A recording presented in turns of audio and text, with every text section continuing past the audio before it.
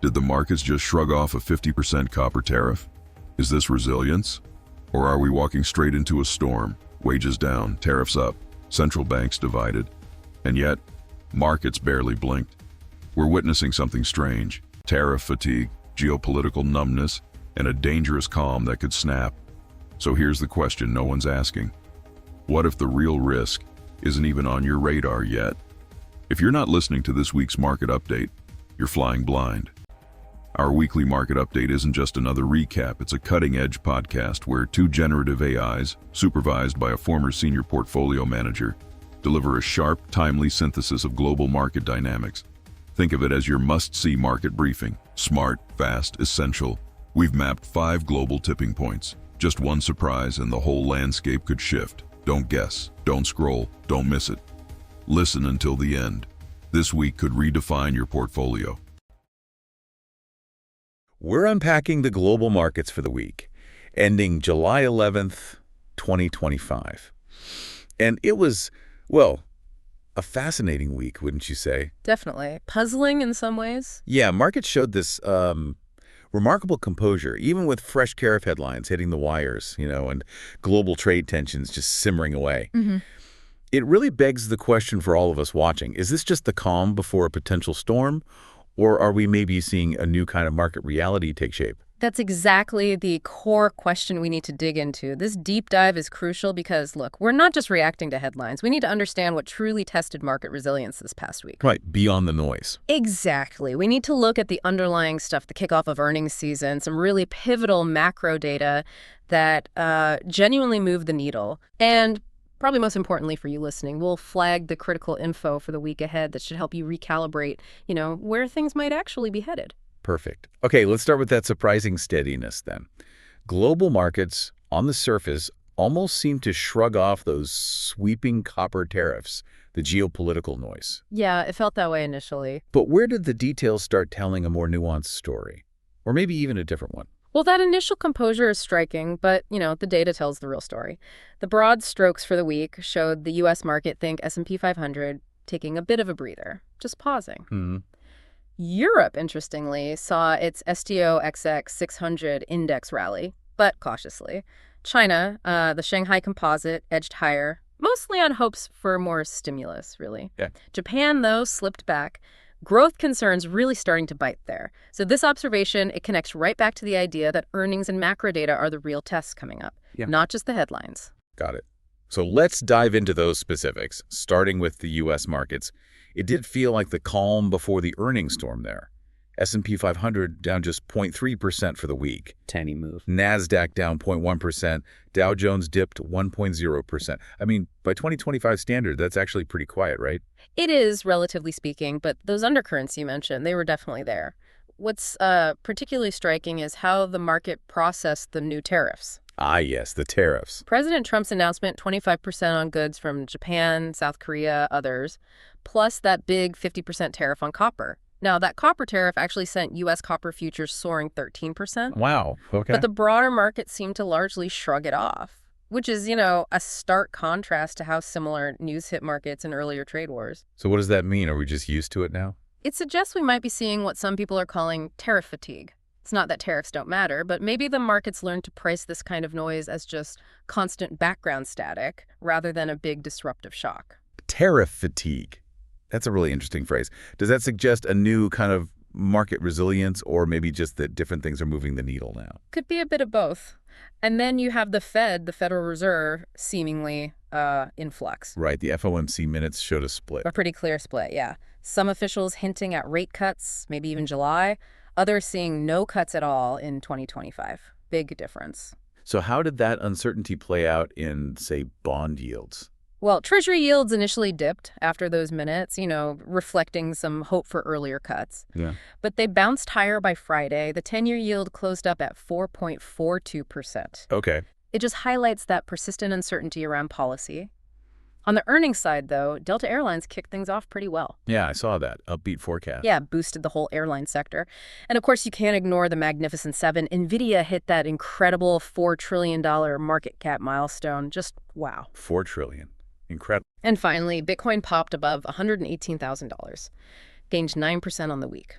Looks like some investors were looking for hedges amid all this policy fog and, market trends. Okay, so if we boil down the U.S. picture, what's the critical takeaway for listeners from this past week? The main takeaway, the U.S. market is holding its breath. That calm we saw, it's really a pause, a collective waiting game for the big wave of Q2 earnings reports and, crucially, that upcoming inflation data. Right. And this tariff fatigue seems real, for now anyway, suggests markets are adjusting to a baseline level of trade tension. Okay, let's move across the pond. Europe actually saw some positive performance overall, but tariff talk definitely seemed to cap the gains, right? It did. Stochastic 600 up 1.15%. Germany's DAX up nearly 2%, CAC 40 in France up 1.7%, UK's FTSE 100 up 1.3%. There was some early optimism, wasn't there, about trade deals? There was, but it fizzled pretty quickly after the U.S. threatened those EU-specific tariffs. So what's really going on beneath those seemingly positive headline numbers in Europe? Is it solid? That's where it gets interesting. Behind those numbers, there's an underlying fragility. Look at the UK, for instance. GDP shrank for a second straight month. Oh, really? Yeah, down 0.1% in May after a 0.3% drop in April. Construction and production led that decline. And we're seeing a bit of a retail chill across the Eurozone, too. Sales fell 0.7% in May, hints at pretty subdued consumer momentum. Okay, not great. And Germany shows this divergence, too. Industrial production bounced back, up 1.2%, which is good, but exports fell again, down 1.4%. That underlines a fragile external demand picture. So when I look at Europe, that rally feels almost counterintuitive, given that weak data. Is it just a temporary bounce, or is something else going on? That's a very fair question. Europe's rally, it feels like it's on thin ice. The tepid growth data doesn't really back up the enthusiasm, does it? No. And the constant threat of fresh tariffs hanging over the region creates a very real vulnerability. It suggests any significant negative catalyst could expose that underlying fragility pretty quickly. Right. Sticking with the UK for a second, the FTSE 100 hit a record high, up over 1.3%, even with that economic soft patch you mentioned.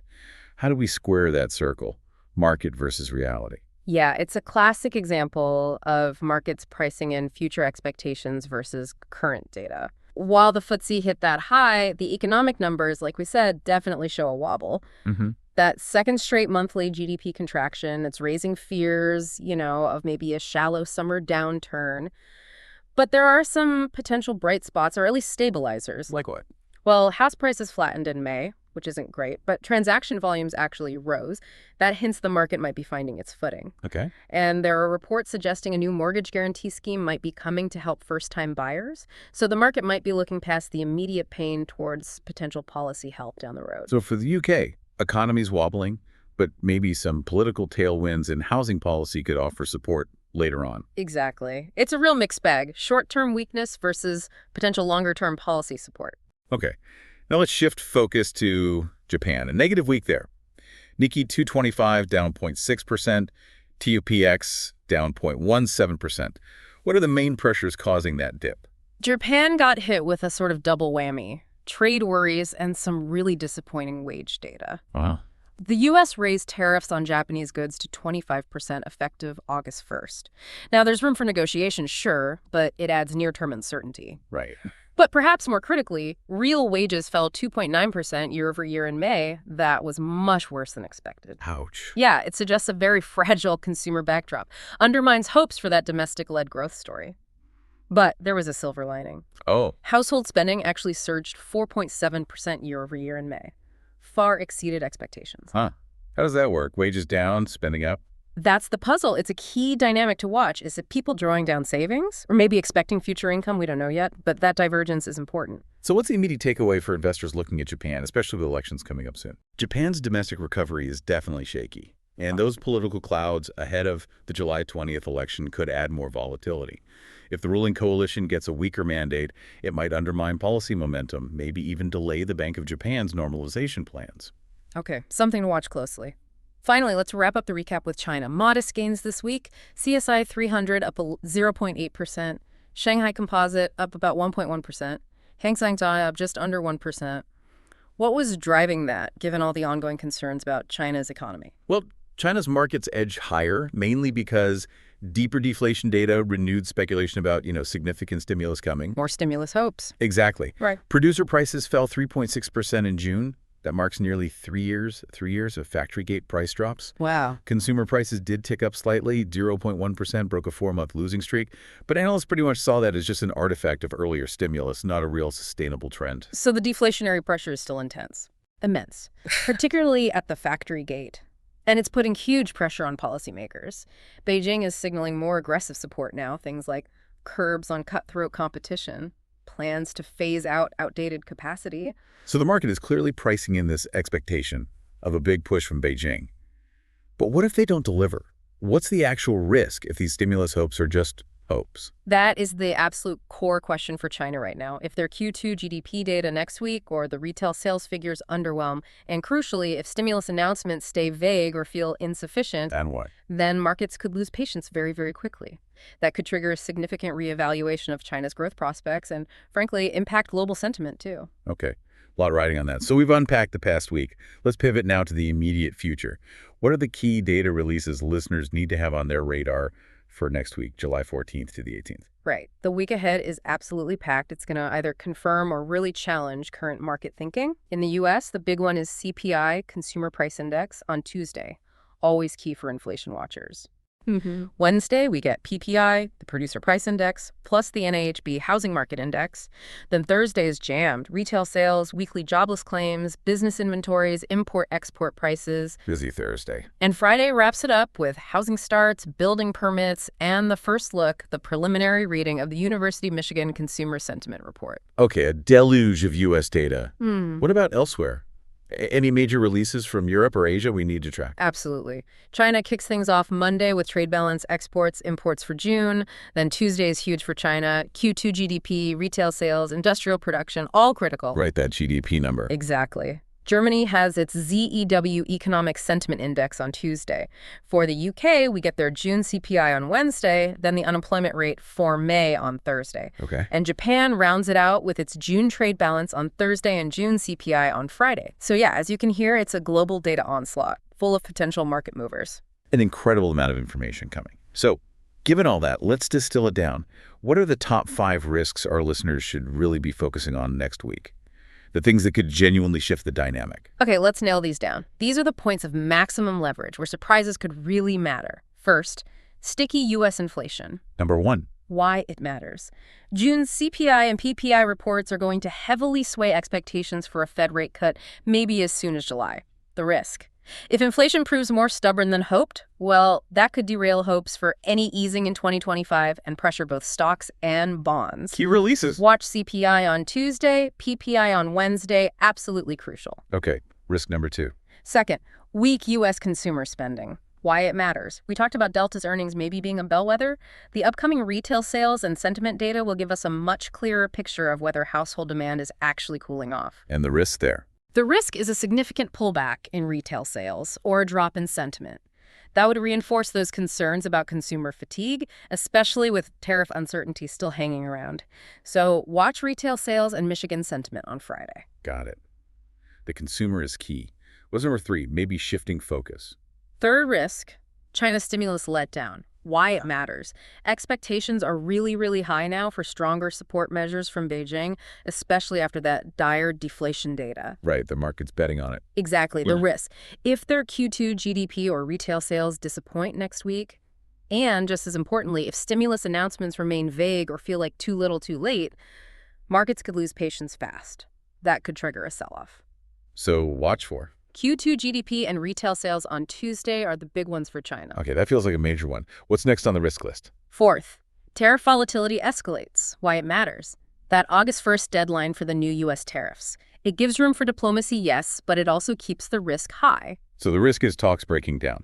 Exactly. Any sign of failed negotiations, or worse, expanded tariffs, especially if they seriously hit EU goods that could trigger a sharp, sudden market reaction. We need to watch for any statements from the U.S. administration and how the EU responds. Okay. And finally, number 5. Fifth risk, Japan's political uncertainty. Why it matters. Prime Minister Ishiba's ruling coalition is widely expected to lose seats in that July 20th upper house election. Right. The risk, A weaker mandate could undermine economic policy momentum. It might delay the Bank of Japan's normalization plans, which has ripple effects for currency markets and even global interest rates. Maybe there. Keep an eye on election polling updates coming out of Japan, and any guidance from Tokyo after the election results are clear. Wow, okay, that is a lot to track, but super clearly laid out.